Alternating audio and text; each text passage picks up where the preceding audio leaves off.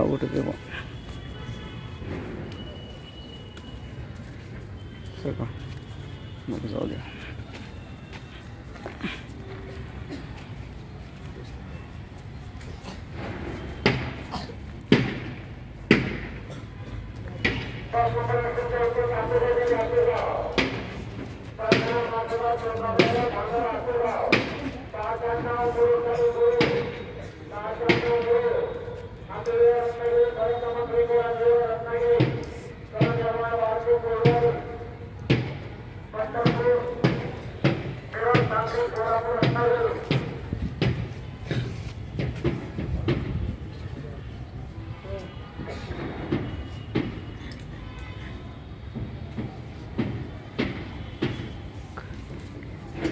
धन्यवाद सर, धन्यवाद सर्व मॅडम. तुम्हाला माहिती आहे डॉक्टर म्हणल्यानंतर डॉक्टर त्यांची लाईफस्टाईल किती बिझी असते, हो की नाही? तरीही डॉक्टर शुभदा राठी लोहिया मॅडम यांचा परिचय जर आपण बघितला तर त्यांनी अनेक उपक्रम त्यांच्या बिझी लाईफस्टाईलमधून सुद्धा केलेले आहेत. तर थोडक्यात म्हणले तुम्हाला त्यांचा अतिशय थोडक्यात परिचय मी तुम्हाला या ठिकाणी करून देणार आहे.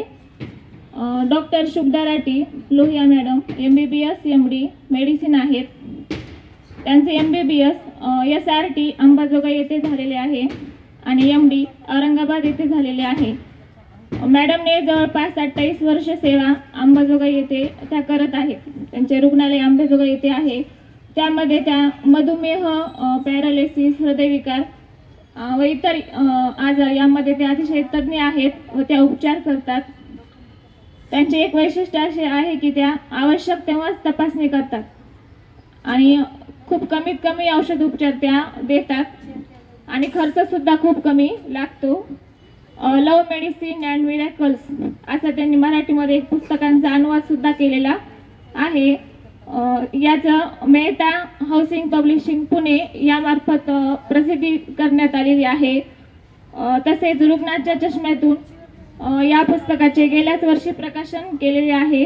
याचे विशेष कौतुक वीणा गव्हाणकर या सुप्रसिद्ध लेखिका आहेत आणि डॉक्टर अभय बंग यांनी त्याचं विशेष या पुस्तकाचं कौतुक केलेलं आहे.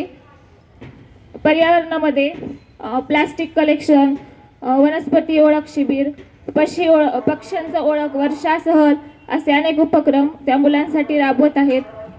सध्या सर्व शाळेमधून प्लास्टिक गोळा करणे याचं काम त्या करत आहेत. सर्व अंबाजोगाईमध्ये त्यांनी झाडे लावणे हा पण उपक्रम केलेला आहे. तर अतिशय मोलाचे योगदान त्यांचे या पर्यावरणामध्ये या अंबाजोगाईकरांसाठी आहेत. मॅडम तुमचे खूप खूप आभार. तर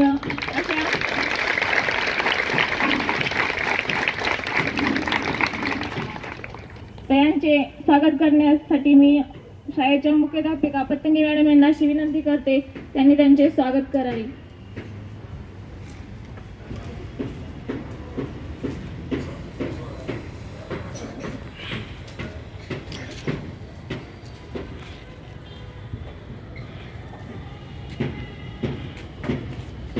शिर बाजूला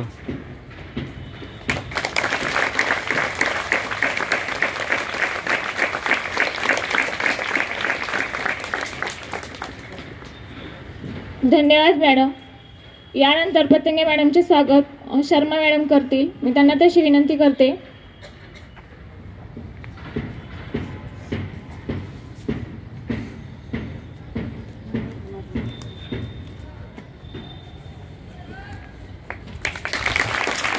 मॅडम थांबा, फोटो नाही घेतला तुम्ही समोरच उभं राहिला तुम्ही. ठीक आहे. धन्यवाद मॅडम. यानंतर कदम मॅडमचे स्वागत तट मॅडम करतील तशी मी त्यांना विनंती करते.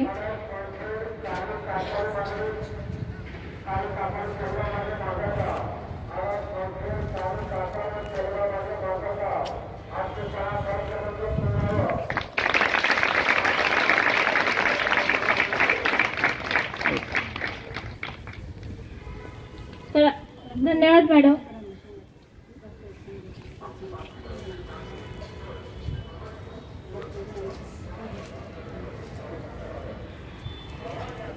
यानंतर थोडक्यात आपल्या समोर कार्यक्रमाचे प्रास्ताविक कदम मॅडम करतील, तशी मी त्यांना विनंती करते.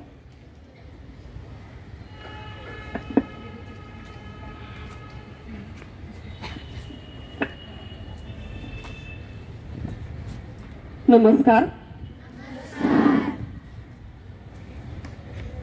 आज आपण या ठिकाणी का जमलो आहोत हे फळा पाहून सर्वांना समजलेलंच असेल. वाचलं ना फळा? आणि त्यावरून लक्षात आलं असेल की हा कार्यक्रम किती महत्वाचा आहे. आता 2 दिवसापासून चर्चा आहे, बिबट्या गावामध्ये आलेला आहे. ऐकली ना, चर्चा केली मुलींनी, 7वी 8वीच्या मुलींनी. कुरणवाडी तांडा, दगडूलामन तांडा, आहे की नाही? मी तुम्हाला म्हटलं वर्गामध्ये की बिबट्या तुमच्या गावात नाही आला, तुम्ही त्याच्या घरं बळकावलीत आणि म्हणून तो आपल्या घरामध्ये आलेला आहे. म्हणजे पर्यावरणाबद्दल आता जागृत होणं खूप गरजेचं झालेलं आहे. ठिकठिकाणी नाल्या तुंबून, प्लॅस्टिकच्या कचऱ्यामुळे नाल्या तुंबून पूर आलेले आहेत आणि त्यामुळे खूप मोठे नुकसान झालेले मोठमोठ्या शहरामध्ये. आणि प्लॅस्टिक तर आपण आता आपल्या जीवनाचा अविभाज्य भाग बनवलेला आहे, कारण सध्याचं युग हे प्लॅस्टिक युग आहे असं आपण पाहतो. सर्व आपल्या धातूचे आणि लाकडाचे जे काही अवजार होते, ज्या काही वस्तू होत्या, त्या सगळ्याची जागा आता प्लॅस्टिकने घेतलेली आहे. म्हणून आपण प्लॅस्टिक जे आहे त्याचा वापर तर आपल्याला करायचा आहे, परंतु त्याचबरोबर हे वापरत असताना पर्यावरणाचं रक्षण देखील करणं तितकंच गरजेचं आहे. आणि म्हणून त्यासाठी आपण आजचा हा कार्यक्रम ठेवलेला आहे. त्याबद्दल अगदी सविस्तर असं मार्गदर्शन आपल्याला आजच्या प्रमुख पाहुण्या शुभदा मॅडम या करतील.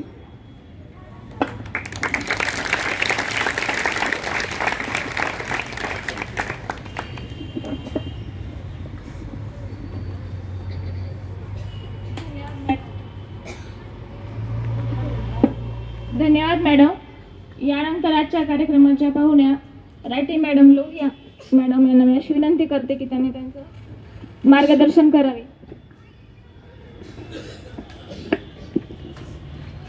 या शाळेच्या मुख्याध्यापिका माझी मैत्रीणच आहेत त्या कदम मॅडम, तसंच इतर सर्व शिक्षक वृंद आणि माझ्या मैत्रिणींना. आजचा विषय खूपच महत्त्वाचा आहे, प्लास्टिक मुक्त भारत. का बरं महत्त्वाचं आहे याच्याबद्दल तुमच्यापैकी कोण काय सांगेल मला जरा? तुम्हाला किती माहिती आहे प्लास्टिकमुळे काय काय घडतं? मोबाईल किती जणांजवळ आहे? मोबाईल कोण कोण पाहतं? एकदा तरी दिवसातनं. घरी, शाळेत नाही, घरी मोबाईल कोण कोण पाहतं? बऱ्याच जणी पाहतात ना? बऱ्याच जणी चालतोय चालू ना. हां, बऱ्याच जणी पाहतात ना. कधी वाचलंय प्लास्टिक बद्दल काय काय मेसेज आलेला वगैरे? प्लास्टिकच्या बाटलींमध्ये पाणी प्यायचं नाही, का नाही प्यायचं? काही वाचलंय कधी? प्लास्टिकच्या बाटलीमध्ये पाणी पिलं की काय होतं? हां, कॅन्सर होतो. अजून काय काय कुणी वाचलंय? तर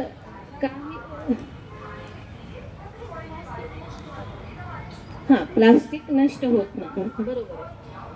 तर ह्या सगळ्या गोष्टींचा थोडंसं आपण आढावा घेणार आहोत की प्लास्टिक का वाईट आहे. आता प्लास्टिक वाईट आहे का? तर खरं तर ते स्वस्त मिळतं. तुम्ही जर एखादी वस्तू लोखंडाची घ्यायची किंवा प्लास्टिकची घ्यायची तर प्लास्टिकची वस्तू खूप दिवस टिकते, खराब होत नाही. मग ती चांगली का लोखंडाची गंजते ती चांगली? तर जास्त काळ टिकते ना, स्वस्तात मिळते परत. आणि एकमेव हे कारण आहे की प्लास्टिक स्वस्त आहे आणि ते जास्त काळ टिकतं, म्हणून आपल्याकडे ते सहज पसरले. म्हणजे लोकांमध्ये त्याचा प्रचार प्रसार का झालाय?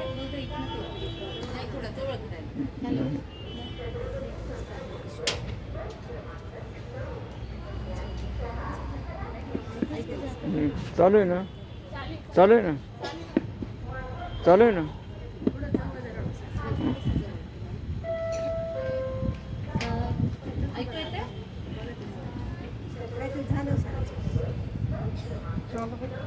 चालू आहे ना, चालू आहे, चालू आहे, चालू आहे मॅडम.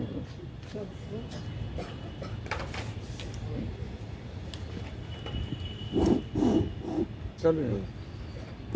कमी आहे.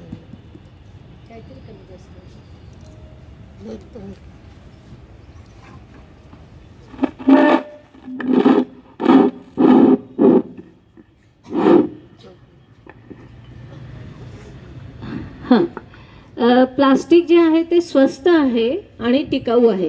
ही दोन प्रमुख त्याचे गुणधर्म जे आहेत प्लास्टिकचे. यामुळे प्लास्टिक आणि ते पाण्यापासून पण संरक्षण करतं. म्हणजे तुम्ही एखाद्या वस्तूला प्लास्टिक निघून डाळला, आपण रेनकोट घालतो. का घालतो? तर आपल्याला पाण्यापासून संरक्षण पाहिजे असतं, पावसापासून. सो असे खूप सारे चांगले गुणधर्म प्लास्टिकमध्ये असल्यामुळे मागच्या शतकामध्ये म्हणजे साधारणतः 1950-60 नंतर ते साधारण 2001-10 पर्यंत म्हणजे 2010 पर्यंत म्हणूया की खूप मोठ्या प्रमाणात प्लास्टिकची निर्मिती पण झाली आणि प्लास्टिक पसरलं सुद्धा. आणि तोपर्यंत माणसाला हे कळलं नव्हतं की प्लास्टिकचं काय होईल पुढे, आपल्याला काय दुष्परिणाम होतील. पण हळूहळू जेव्हा आपण प्लास्टिकचं बघायला लागलो तर परवाचा एक अभ्यास सांगते तुम्हाला. समुद्रामध्ये पाणघोडे असतात. माहिती आहे तुम्हाला? चित्र आहे पुस्तकात. मला वाटतं विज्ञानाच्या पुस्तकात मी पण शाळेत असताना चित्र पाहिलेलं मला आठवतं. असा उभा असतो तो पाणघोडा आणि असं त्याचं घोड्यासारखी समोरून भाग असतो, चेहरा पण. तर हे पाणघोडे जे आहेत हे पाण्यात असतात, समुद्रात असतात विशेषतः. गेल्या काही काळामध्ये बोटी बांधण्यासाठी पूर्वी काय वापरत की दोरी वापरत ना, जी नारळाच्या काथ्यापासून बनत असे किंवा अशी दोरी वापरण्यात येईल. आता काय झालंय, हळूहळू या सगळ्या दोऱ्या रिप्लेस झाल्यात प्लास्टिकच्या दोरीने. आणि ह्या पाणघोड्यांचं राहण्याचं ठिकाण काय होतं की असं जर काही उभं असेल त्याला पकडून ते जगतात, म्हणजे विश्रांती घेतात. आपण कसं झोपतो रात्री तसं त्यांचं विश्रांती घेण्यासाठी त्यांना असा दोरा किंवा तसं तत्सम काहीतरी लागतं. आणि मग बोटीनी जे दोरखंड असायचे, पूर्वी साखळी पण वापरायचे, त्या लोखंडी साखळ्यांना धरून ते रात्रभर विश्रांती करायचे किंवा दोऱ्यांना धरून विश्रांती करायचे. आता काय झालं की हे प्लास्टिकच्या दोऱ्या आल्या आणि हे पाणघोडे जेव्हा प्लास्टिकच्या दोऱ्यांना धरून जगायला लागले, नकळत ते कुरतडले जायचे त्यांच्याकडून प्लास्टिकचे दोरे. आणि हे प्लास्टिकचे दोरे जेव्हा त्यांच्या शरीरात जायला लागले, कारण कुरतडताना आपोआपच ते शरीरात जायला लागले, त्यांचं संख्या कमी होत चालली. कारण त्याचे जे काही दुष्परिणाम त्यांच्यावर दिसायला लागले, तर समुद्र किनाऱ्यावरचे पाणघोड्यांची संख्या अतिशय कमी झालेली लक्षात आली आहे. हे जागतिक पातळीवरचं संशोधन आहे की या पाणघोड्यांची संख्या कमी होते आहे. गेल्या काही दिवसांपासून व्हेल मासा जो आहे तो पण बराचसा म्हणजे त्याची पण संख्या कमी होतीये. ही का कमी होते आहे तर जे काही प्लास्टिक समुद्रात चाललंय, म्हणजे आपण फिरायला जातो की नाही समुद्रकिनारी. तुम्ही कुणी गेलात? गोव्याला किंवा असं गेला असाल ना, कोकणात कोणी सहल गेली होती. कुठे? मालवण. मग तिथे गेलो की आपण काय करतो? चिप्स खातो, काय काय अजून बरंच, बिस्किटं खातो, चिप्स खातो, कुरकुरे खातो, काय काय खातो, आवडतं सगळ्यांना. हे सगळं कोणत्या कव्हर मध्ये येतं? हे प्लास्टिकचे कव्हर. असे समुद्र किनाऱ्यांनी होणारं प्लास्टिक जगामधलं हे 3.8 किलोमीटर मागे 3.7 कोटी किलोचं वजन जमा होतंय 8 किलोमीटर मध्ये. म्हणजे आता आपला समुद्र किनारा जगभरातला काढा, नुसता भारताचा काढला तरी तो एवढा मोठा किलोमीटर्सनी पसरलेला आहे. आणि आपण फक्त 8 किलोमीटरचा जर आकडा केला तर एका वर्षामध्ये किती होत आहे? कोटी किलो, अब्ज किलो असं ते प्लास्टिक समुद्रात चाललंय. कुठे चाललंय? समुद्रात चाललंय. मग हे कुठे जाणार आहे समुद्रातलं प्लास्टिक? या माशांच्या पोटामध्ये. आणि समुद्रातली जर ही संपत्ती संपली तर काय होईल उद्या? मी ना लहानपणी एक सिनेमा बघितला होता आणि आत्ताही आपल्याला तो प्रश्न निर्माण होणारच आहे. आता आपण असं म्हणतो ग्लोबल वॉर्मिंग होतंय. हां, माहिती आहे, ऐकलंय पुस्तकांमध्ये, शाळांमध्ये कुठेतरी हा शब्द ऐकलाय, ग्लोबल वॉर्मिंग. ग्लोबल वॉर्मिंग म्हणजे पृथ्वीचं तापमान, वैश्विक तापमान वाढतंय पृथ्वीचं. आणि हे पृथ्वीचं वाढत जाणारं जे तापमान आहे, यामुळे समुद्रातला जो काही बर्फ आहे तो बर्फ वितळतोय आणि त्यामुळे समुद्राची पातळी वाढते आहे. म्हणजे माणसाच्या जगात ते येणार आहे. म्हणजे समुद्राचा किनारा हा आता मध्ये सरकणार आहे. कारण काय की त्या बर्फाचं वितळल्यावर पाण्याची लेवल वाढणार आणि पाण्याची पातळी वाढली की ते मानवी जीवनात येणार. आणि ह्याच संकल्पनेवर आधारित कल के बाद नावाचा एक सिनेमा होता, डे आफ्टर टुमारो. इंग्रजी सिनेमा होता, त्याचं नंतर हिंदी व्हर्जन पण आलं होतं. त्या सिनेमामध्ये असं जे माणसांच्या बिल्डिंगमध्ये आलेलं पाणी आणि काय काय काय काय याच्यामध्ये माणसाचं किती काय नुकसान झालंय याचं चित्रण होतं. हा सिनेमा येऊन सुद्धा जवळपास 25-30 वर्ष झाली. म्हणजे तेव्हापासून आपल्याला ही धास्ती आहे की पर्यावरण आपल्याला काय काय करू शकतं आपण जर नियमात राहिलो नाही तर. आणि असं जर प्लास्टिक समुद्रात जात राहिलं तर हा बर्फ वितळायला फार काळ लागणार नाही आणि आपल्याला जलमय व्हायलाही फार काळ लागणार नाही.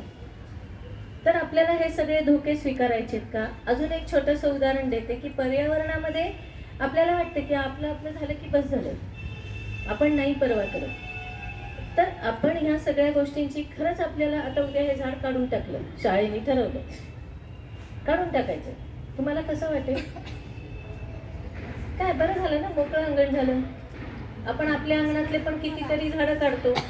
आता रस्ते होत आहेत आंबेजोगाईत किंवा तुमच्या गावांमध्ये झाडं काढले जातात ना, अडथळा नको वाटतो, हो की नाही? किती छान वाटतं, सरळ सोट रस्ता आहे, भरकन जायचं. हां, तर पण हे भरकन जाताना आपण काय काय गमावतो आहोत याचं भान आपल्याला ठेवावं लागणार आहे. आणि हे गमवायचं नाही म्हणून आपल्याला सगळ्या गोष्टींचा विचार करायचा आहे. असंच पर्यावरणात हे कसे एकमेकांवर अवलंबून आहे त्याचं एक छोटंसं जागतिक पातळीवरचं उदाहरण अजून एक देते.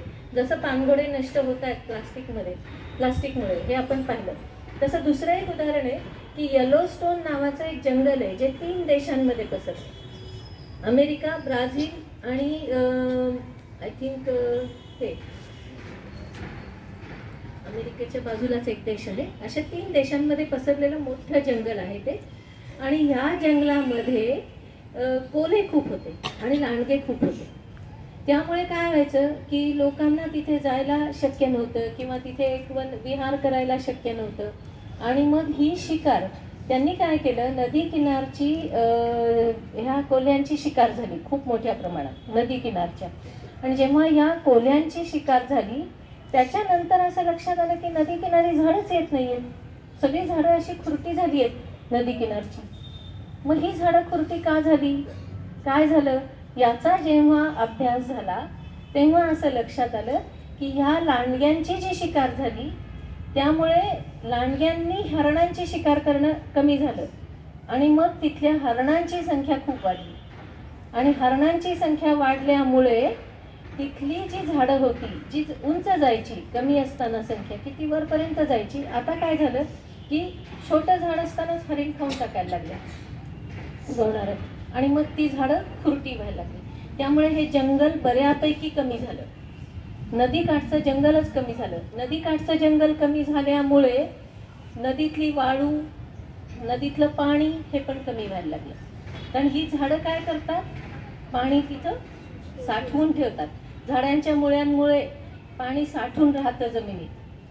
आपल्याकडे आपण बोर घेतो आणि बोरला पाणी लागलं नाही किंवा बोरचं पाणी आटलं, हे बऱ्याच जणांना माहिती असेल कारण हे रोजच्या जीवनातलं आहे. तर हे बोरचं पाणी आटलं म्हणजे काय होतं की त्या भागामध्ये जर झाडं नसतील, त्यांच्या मुळ्या नसतील तर त्या भागातलं पाणी टिकवून राहत नाही, हे आपल्याला माहीतच नाही. अशा ह्या सगळ्या एकमेकांवर अवलंबून असलेलं हे पर्यावरण. पण आपण या सगळ्या घटकांचा असा एकमेकांवर अवलंबून असलेला विचार करत नाही. आणि यामुळे आपल्यावर काय परिणाम होणार आहे हाही आपण लॉंग टर्म म्हणजे ज्याला आपण दूरगामी विचार करायला पाहिजे असं म्हणतो. आपला विचार कसा असतो, आता हे अडथळा आहे ना, झाड काढा, उद्याचं उद्या बघू. तर असा आपल्याला छोटा विचार करून चालणार नाहीये. आपल्याला थोडा मोठा विचार करायला लागेल, जास्त काळापर्यंतचा विचार करायला लागेल आणि त्यासाठी आपल्याला झाडं आहेत ती टिकवावी लागतील.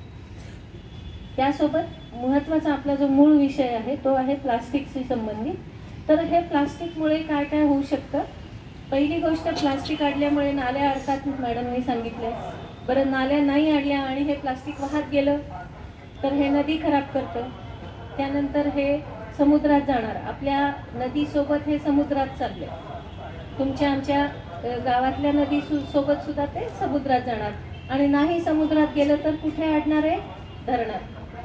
आपल्या गावचं किंवा आपल्याला पाणी पुरवठा करणाऱ्या धरणामध्ये हे प्लास्टिक जाऊन बसणार आहे आणि मग आपण कोणतं पाणी पिणार आहोत, प्लास्टिकयुक्त पाणी पिणार आहोत, ज्यामध्ये बारीक बारीक प्लास्टिकचे कण आहे. इथे आपण रोजची बाटली वापरायचं टाळतोय आणि नंतर पाणी जे पिणार ते कोणतं पिणार आहे, सगळं प्लास्टिकचं पाणी पिणार. दुसरा महत्त्वाचा भाग, प्लास्टिकचं विघटन होत नाही. विघटन म्हणजे ते नष्ट होत नाही. तर हे जे काही विघटन आहे, आता आपण थोडं थोडं बघूया. केळीचं साल आहे, केळीच्या सालाचं विघटन किती दिवसात होतं, 15 दिवसात. तुम्ही जर इथे केळीचं साल टाकलं मातीला तर ते 15 दिवसानंतर तुम्हाला दिसणार नाही, त्याची जमीन झालेली दिसेल. ठीक आहे. तेच जर इथे तुम्ही आता एक प्लास्टिकची बाटली टाकली तर किती दिवस दिसेल, ती 5 वर्षानंतर सुद्धा तुम्हाला तशीच दिसेल जर हलवली नाही तर. त्या पलीकडे आपण जे सध्या वापरतो नॅपी किंवा अशा ज्या काही तत्सम जे काही आपण वापरतो, नॅपी म्हणजे माहिती आहे ना, बाळाला जी लंगोटसारखं प्लास्टिकचं आपण वापरतो, तशा मोठ्यांनाही वापरतो. दवाखान्यात याचा सर्रास आता वापर खूप वाढत चालला आहे. या सगळ्यामध्ये जेल असतं. हे जेल प्लास्टिकपासून तयार झालेलं असतं आणि हे प्लास्टिकपासून तयार झालेलं जेल नष्ट होण्यासाठी किमान 50 वर्ष लागतात. किमान 50 वर्ष म्हणजे एका ह्याला नष्ट व्हायला 50 वर्ष लागतात. मग विचार करा की हे जेव्हा जमिनीत राहील तर ह्याचं काय होईल आणि आपल्याला जमीन, शेत, पीक कोणत्या प्रकारचं मिळेल. मग खायचं झाड, आपण झाडातनं आपण काय प्लास्टिकच खाणार आहोत परत. सो आपल्याला हा विचार करणं खूप गरजेचं आहे. हे झालं त्या ह्याचं. त्यानंतर जर एखादा लोखंडी डब्बा असेल तर ते कमी व्हायला 50,000 वर्ष लागतात, त्याला पूर्णपणे जमिनीत मिसळायला. पण ते हळूहळू जरी मिसळलं तरी जमिनीतलं लोखंड वाढवणार आहे, जमिनीतलं मॅंगनीज वाढवणार आहे, जमिनीतलं जस्त वाढवणार आहे, म्हणजे ते आपल्याला हितकारक ठरणार. प्लास्टिकचं तसं होणार नाहीये. लोखंडी डब्बा जेव्हा विघटित होतो तेव्हा तो आपल्याला फायदा देणार आहे, कारण तो हे घटक वाढवणार आहे त्या मातीतले.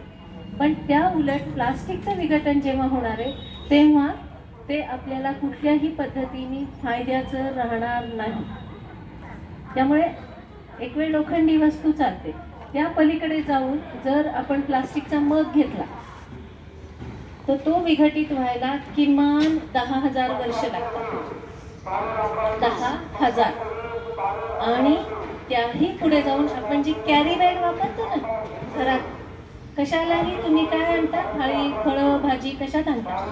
अगदी शाळेतला डब्बा सुद्धा प्लास्टिकच्या बॅगमध्ये येतो, कॅरी बॅग म्हणतो आपण त्याला. ॲक्च्युली कॅरी बॅग म्हणजे वाहून न्यायची बॅग. ती कापडी असू शकते, प्लास्टिकची असू शकते, कुठलीही असू शकते. पण आपण साधारणतः प्लास्टिकच्या ह्याला आपण कॅरी बॅग म्हणतो, ओके, नाहीतर पिशवी म्हणतो कापडी असेल तर. सो ही जी प्लास्टिकची सगळ्यात पातळ ह्याची कॅरी बॅग आहे, ही नष्ट होण्यासाठी 1 अब्ज वर्ष लागतात, यातले कण नष्ट होण्यासाठी. सो विचार करा की आपण जे प्लास्टिक निर्माण करतो आहोत ते आपण किती वर्ष सांभाळणार आहेत, कारण नसताना, गरज नसताना. आणि हे अडकून पडायला पण खूप धोकादायक आहे. त्या पलीकडे जाऊन हे जे प्लास्टिक, आता तुम्ही कुठल्याही गावात चक्कर मारली, मोठं शहर असो की छोटं शहर असो की गाव असो, कुठेतरी प्लास्टिक असं जमा झालेलं दिसतं का तुम्हाला? अगदी दिसतं. म्हणजे मी आज सकाळीच त्या रस्त्याने चालले होते, एवढ्या मोठ्या प्लास्टिकच्या पिशव्या होत्या. सगळ्या लोकांनी कचरा आणून टाकला होता आणि त्या कचऱ्यात 50% वर प्लास्टिक होतं, बरं का. मग हे प्लास्टिक काय करतं, यामध्ये सगळ्या जीवजंतूंचा आविर्भाव असतो. इथे वाढीस लागतात जीवजंतू. कशामुळे? एक उष्ण वातावरण तयार होतं. प्लास्टिकमध्ये जर तुम्ही काही ठेवलं ते गरम होते की नाही काही काळाने, आणि हे गरम झालेल्या वस्तूंमध्ये कुठल्याही प्रकारचे जीव म्हणजे बॅक्टेरिया, व्हायरस, फंगस यांची वाढ होते. आणि हे बॅक्टेरिया, फंगस, व्हायरस आपल्याला किती हानिकारक असतात हे अगदी 4 वर्षापूर्वी कोविडमध्ये सगळ्यांनी अनुभवलंय ना, की हे किती आपल्याला त्रास देऊ शकतात आणि काय करू शकतात याचा सगळ्यांनी अनुभवलंय.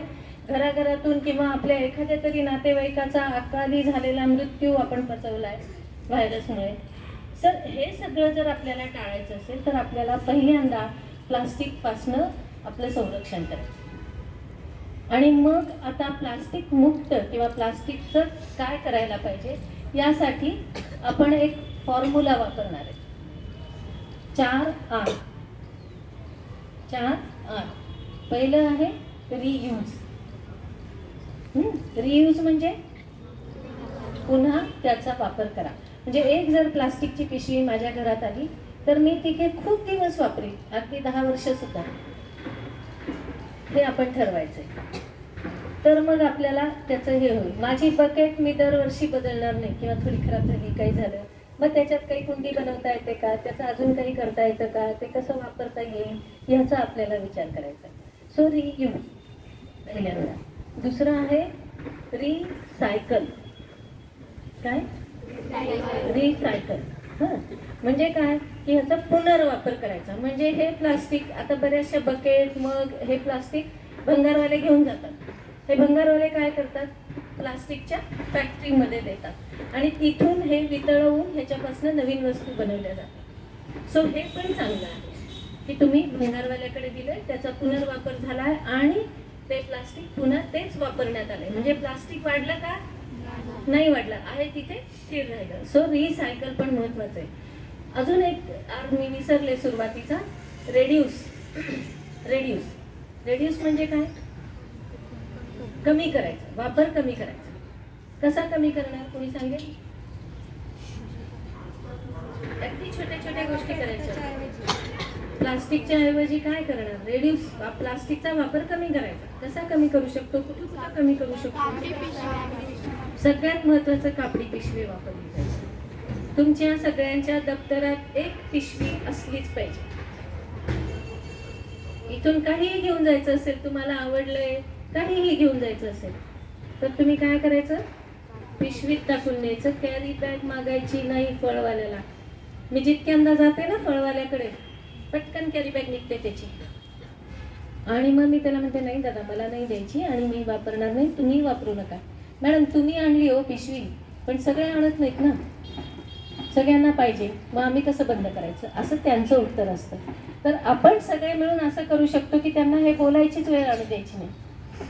आपण आपली कापडी पिशवी सोबत ठेवली म्हणजे त्याला हे बोलायला स्कोप राहणार नाही आणि द्यायला पण स्कोप राहणार नाही प्लास्टिकची पिशवी. सो इथं आपण कमी करू शकतो. अजून आपण प्लास्टिकच्या बाटल्या पाण्यासाठी वापरतो किंवा इतर गोष्टींसाठी वापरतो. हॉटेलमध्ये जातो, हॉटेलमध्ये जाताना आपण आपली जर पाण्याची बाटली नेली सोबत तर तुम्ही त्या पाण्याच्या बाटल्या घ्यायची गरज पडेल का विकत? नाही पडणार. आपल्या घरचं लग्न कार्य आहे, आपण काय करतो? पत्रावळी रेडीमेड आणतो, प्लास्टिकचे ग्लास रेडीमेड आणतो. अगदी संक्रांतीच्या हळदी कुंकवाच्या कार्यक्रमाला सुद्धा असे प्लास्टिकच्या छोट्या छोट्या वाट्या किंवा ग्लास असतात. तर हे सगळं आपण टाळू शकतो की हे ग्लास वापरायचे नाहीत, ह्या वाट्या वापरायच्या नाहीत, पत्रावळी प्लास्टिक कंटेंट असलेल्या वापरायच्या नाहीत. कुठेही गावात पंक्ती होतात, तुम्ही पण प्रयत्न करू शकता. तुमच्या आईवडिलांना, काका काकू, गावातले सरपंच यांना रिक्वेस्ट करू शकता की आपण ह्या पंक्तीतनं हे नाही वापरायचं, आपण वेगळ्या हे वापरू, पत्रावळ्या, पानांच्या पत्रावळ्या वापरू. पूर्वी काय व्हायचं? पूर्वी झाडांपासून पत्रावळ्या बनायच्या आणि त्यामुळे त्याचं विघटन किती दिवसात व्हायचं सांगितलंय मी? 15 दिवसात व्हायचं. सो तसं आपल्याला जमलं पाहिजे आणि ते कसं वाढवता येईल त्याकडे आपल्याला भर द्यायचा आहे की आपलं प्लास्टिक कसं कमी करता येईल. आणि अशा छोट्या छोट्या, माझ्या घरचं संक्रांत मी बिना प्लास्टिकची करीन, माझ्या घरचं लग्न मी बिना प्लास्टिकचं करीन. आपल्याला डेकोरेशनला प्लास्टिकची फुलं लागतात, खरे फुलं आपण फुलवतच नाहीत, बागेतच नाहीत झाडं आमच्या, लावतच नाही, कारण त्याला रोज पाणी घालावं लागतं, त्याची निगा राखावी लागते, त्याला खत घालावं लागतं. मग एवढा वेळ कुठे आहे? मला ट्युशनला जायचंय, मला असं करायचंय, मला तसं करायचंय, मग माझ्याजवळ वेळच नाही. तर असं वेळ न देणं हे किती हानिकारक आहे हे तुमच्या आता लक्षात येईल, की हा प्रत्येकाने हा वेळ द्यायचं जर ठरवलं तर खरंच खूप महत्वाचं आहे की मी माझ्या घरी 4 फुलझाडं वाढवीन ना, म्हणजे मला कुठल्याही समारंभाला माझ्या घरचं फुल मिळेल की नाही. आणि ते कसं वाटेल? प्लास्टिकचं देण्यापेक्षा ते छान वाटेल, नैसर्गिक वाटेल. बरं, तुम्ही फुल तोडल्याने झाडाला नुकसान आहे का? अजिबात नाही. त्यामुळे आपण हे सगळं करू शकतो. माझ्या अंगणामध्ये किमान 5 झाडं मी लावीन, त्यामुळे त्या जमिनीचा पोत चांगला राहील. जमिनीचं जे काही हे आहे ते खूप चांगलं राहील. त्याला पोत म्हणतात मराठीत, म्हणजे त्याची दर्जा, जमिनीचा मातीचा दर्जा, तर तो चांगला राहील. तर अशा पद्धतीने आपण हळूहळू हळूहळू ह्या गोष्टी कमी करू शकतो. सो पहिलं आर रेड्यूस, दुसरं आर रियूज, तिसरं रिसायकल, आणि अजून चौथं आहे ते म्हणजे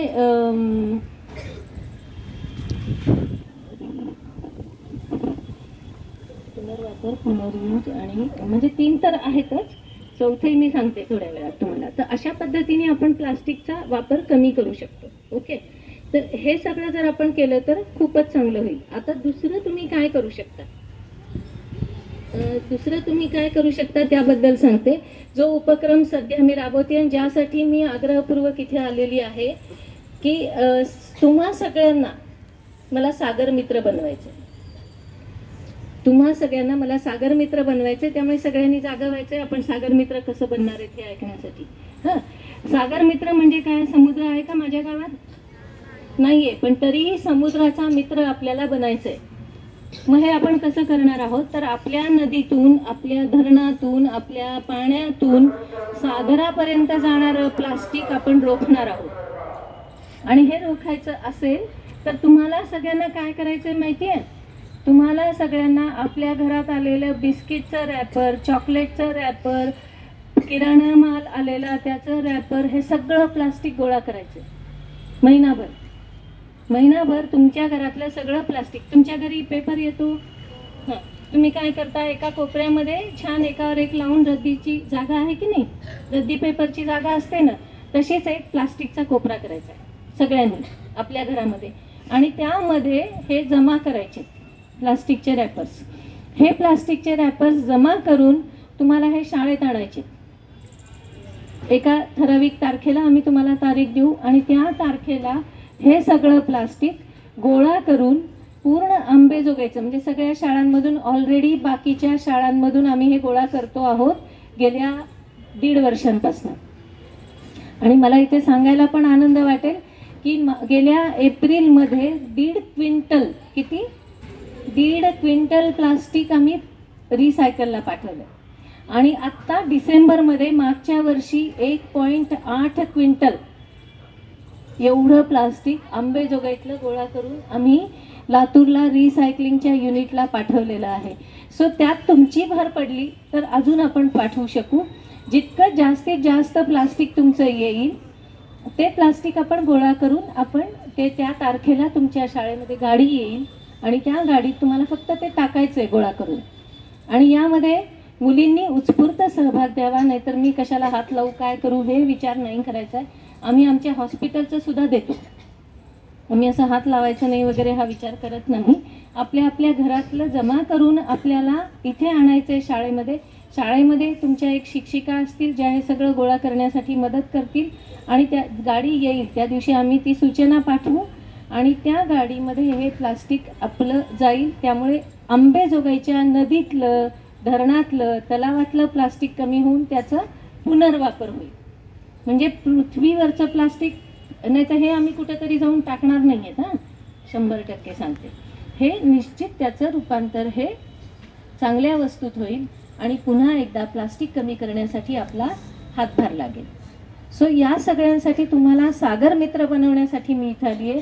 आणि असं जर सगळीकडे व्हायला लागलं तर विचार करा किती प्लास्टिक कमी होईल. होईल का? नाही वाटत आहे मला आवाजावरनं. हां, आता वाटलं जरा की नक्की प्लास्टिक कमी करण्यामध्ये तुमचा सहभाग मिळेल. नाहीतर हां हो होईल ना. हां कसं होईल ना? हां होईल होईल, नक्की होईल.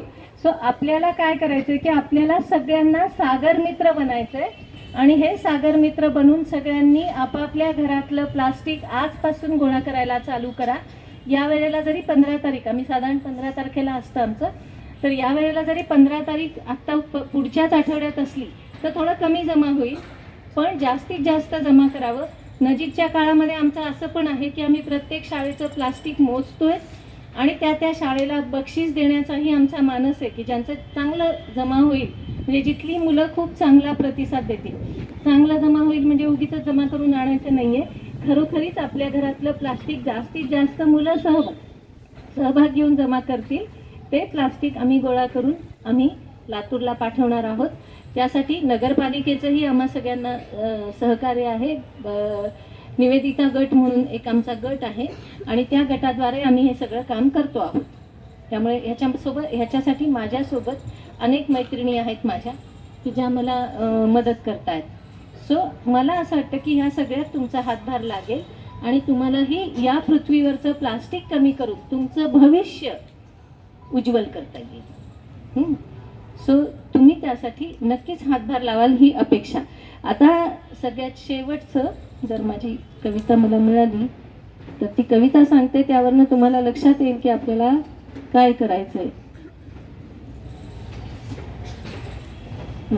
कविता, कारण या पृथ्वीवर आपण सातत्याने अन्याय करतो आहोत. तर हा अन्याय जर थांबवायचा असेल, हॅलो, हा अन्याय जर आपल्याला पृथ्वीवरचा कमी करायचा असेल तर इथे मी तुम्हाला आव्हान करीन, झाडं लावा. आपापल्या अंगणामध्ये किमान 5 झाडं वाढवण्याचा मानस ठेवा. पहिलेच हे लक्षात घ्यायचं की आपण लावलेली झाडं गावाच्या विकासामध्ये जाणार नाहीत.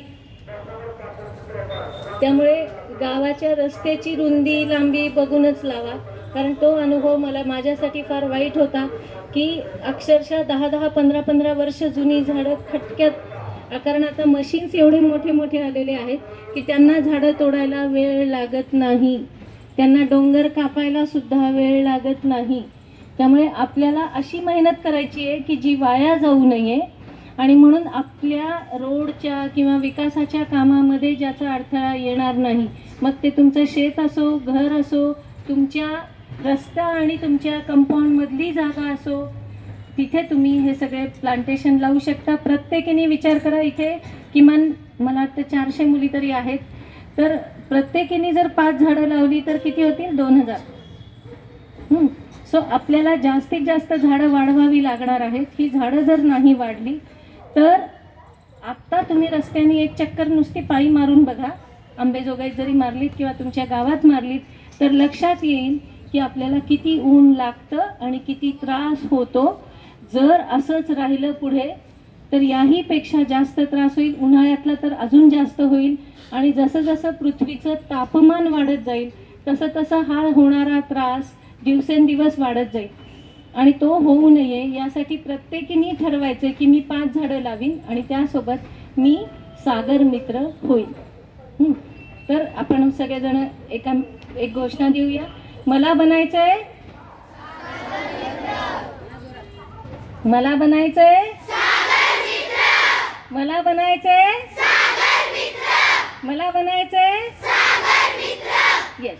आणि तुम्हाला सागर मित्र बनण्यासाठी शुभेच्छा व्यक्त करते आणि माझे 2 शब्द संपवते.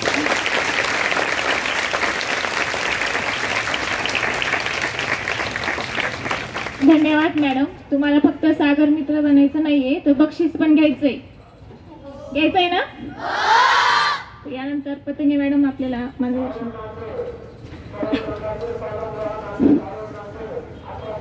पहिल्या महिला शिक्षिका मुख्याध्यापक सावित्रीबाई फुले यांच्या प्रतिमेला वंदन करते.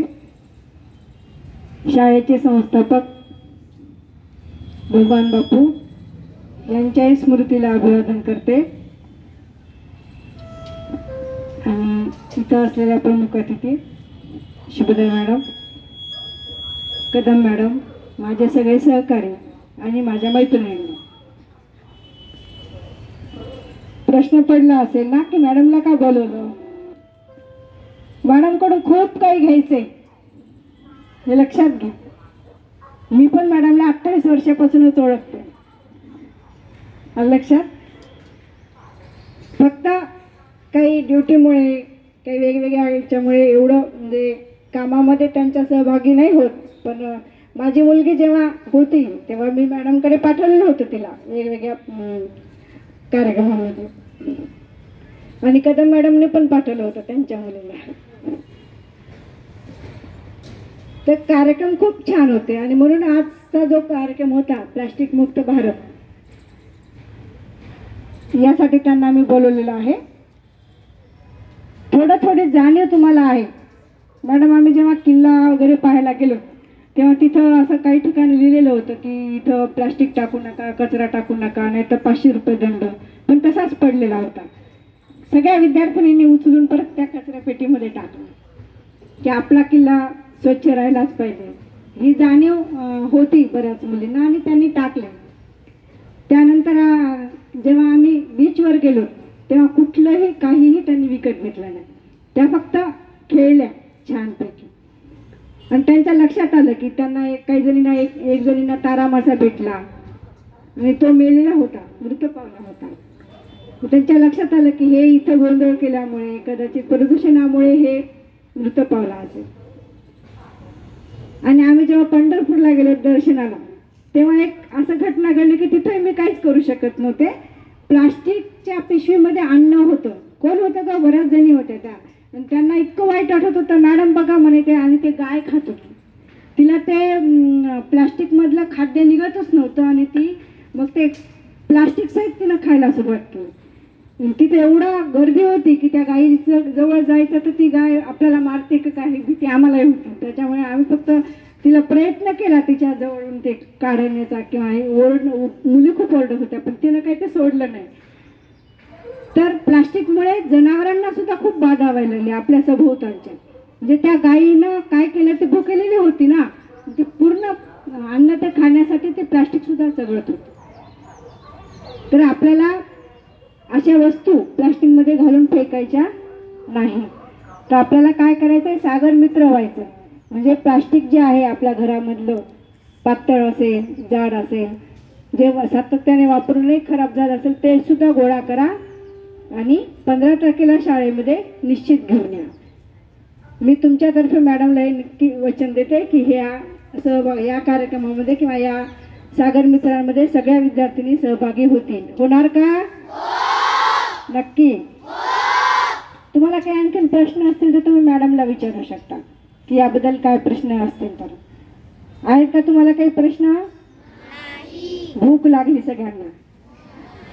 ठीक आहे, आवडलं. आणखीन एक सांगायचं मला, एक आणखीन, मॅडम खूप शिकलेल्या आहेत, दिसतंय तुम्हाला? माहिती आहे त्या मॅडम?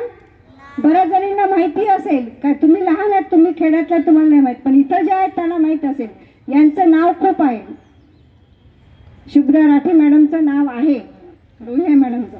तर मी हे सांगण्यासाठी तुम्हाला दाखवले की या मॅडम एवढ्या शिकलेल्या आहेत, एवढे उपक्रम आहेत, या जागतिक लेवलवर या प्रसिद्ध आहेत, पण ह्या साध्या आहेत. हे दाखवते तुम्हाला. बघा, आहेत ना, अतिशय साधी राहणी आहे त्यांची. आणि आपल्याला काय होते, सुट्टी असली किंवा एखादा कार्यक्रम असला की आपण मस्त नटून थटून येतो, आपला अर्धा वेळ त्याच्यातच जातो. हे सांगण्यामागचं कारण आहे की एखाद्या वेळेस जर आम्ही गणवेशाला सुट्टी दिली की मुलींची स्टाईल सुरू असते, कशाची, वेण्याची. त्याच्यापेक्षा अभ्यासाकडे लक्ष ठेवा, वेगवेगळ्या चांगल्या उपक्रमामध्ये सहभागी व्हा. मॅडमचे बरेचसे छान उपक्रम आहेत. पक्षी निरीक्षण आहे 16-17 तारखेला, हां, तर त्या सांगतील तुम्हाला. आणि पक्षी निरीक्षणासाठी सुद्धा तुम्ही सहभागी व्हावं. आणि चांगल्या उपक्रमामध्ये सहभागी व्हायला काही हरकत नाही असं मलाही वाटतं. आणि विद्यार्थिनींना एवढं छान मार्गदर्शन केलं त्याबद्दल मी मॅडमचे धन्यवाद मानते.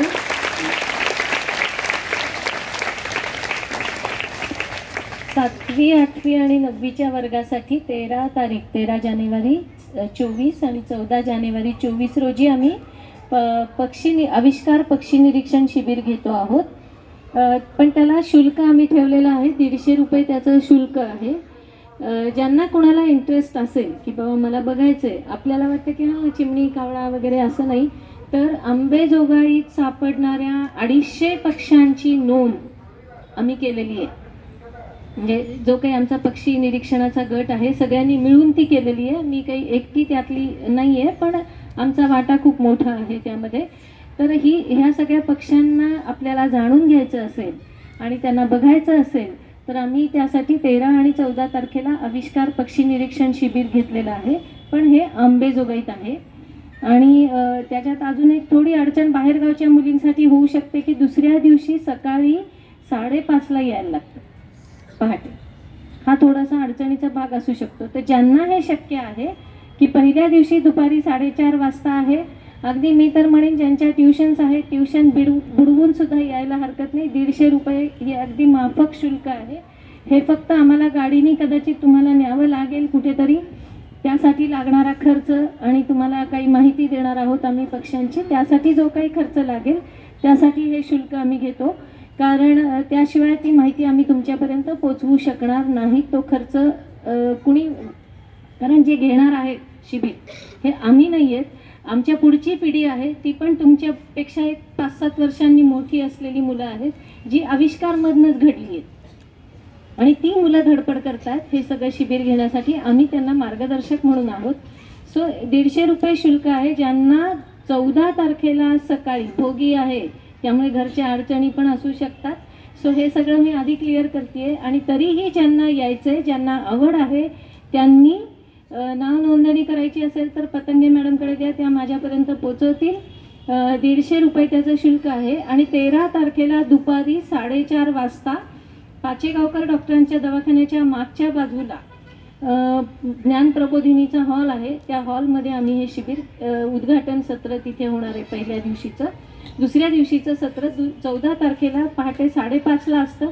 ज्यांना कोणाला येणं शक्य असेल त्यांनी त्या दिवशी पण, म्हणजे दोन्ही दिवस जे येऊ शकतात त्यांनी यासाठी येणं अपेक्षित तर आहेच आहे, पण यावं अशीच मी अपेक्षा ठेवीन की जास्तीत जास्त, कारण आपल्याला स्वतःला हे माहीत नसतं अरे खरंच एवढे पक्षी असतात आणि एवढी व्हरायटी.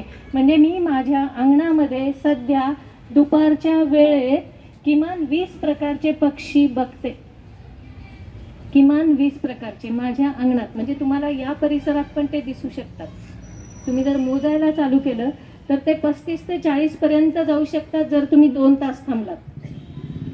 इतक्याच भागातले सांगते मी. सो तुम्ही विचार करा की आपण जिथं जाणार आहोत तिथं अजून किती व्हरायटी बघायला मिळू शकते आणि ती कशी छान असेल. फ्लेमिंगो सारखे पक्षी आपल्या परिसरात येतात, क्रेन सारखे मायग्रेट येतात, जे परदेशाहून हिवाळ्यात परदेशाहून येणारे पण पाहुणे आपल्याकडे असतात, पक्षी पाहुणे, ते पण तुम्हाला बघायला संधी मिळू शकते. सो ज्यांना यायचं त्यांनी 13-14 तारखेला या शिबिरासाठी यायचं.